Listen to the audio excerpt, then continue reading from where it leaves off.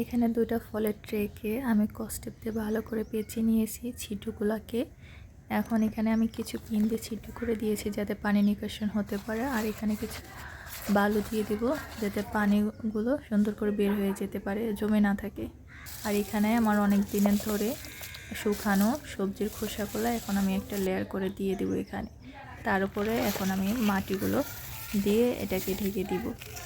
মাটিগুলোকে আমি ভালো করে সেট করে নিব, এখন চারিদিকে ছড়িয়ে দিব মাটিগুলোকে।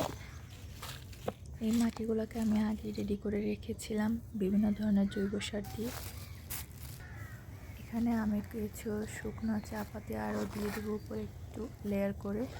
তারপর এখন আমি পানি দিয়ে এটাকে ভালো করে ভিজিয়ে, এখন এখানে আমি কিনে এনেছিলাম কিছু ডাঁটা শাকের বিচি আর নিয়ে এসেছিলাম হচ্ছে কিছু লাল শাকের বিচি।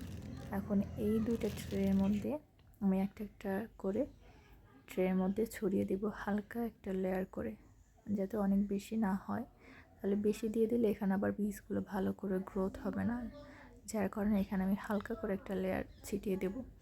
দুইটা ট্রেতেই এরকমভাবে আমি দিয়ে দিব বীজগুলা।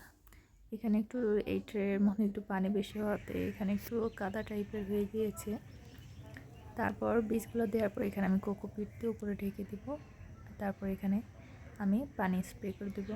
এখানে যদি আমি এখন পানিটা কোনো মগ দিয়ে বা কিছু দিয়ে একবার ঢেলে দিই, বীজগুলো সব এক জায়গা হয়ে যাবে। তাই এখানে আমি পানিটা আস্তে আস্তে করে স্প্রে করে দিয়ে আমি ভিজিয়ে দেবো দুইটা ট্রেতে, এইভাবে ভিজিয়ে। তারপর এখন এই যে রেডি আমার দুইটা ট্রে। এখন ট্রে দুটাকে আমি একটা ছায়াযুক্ত স্থানে রেখে দেবো।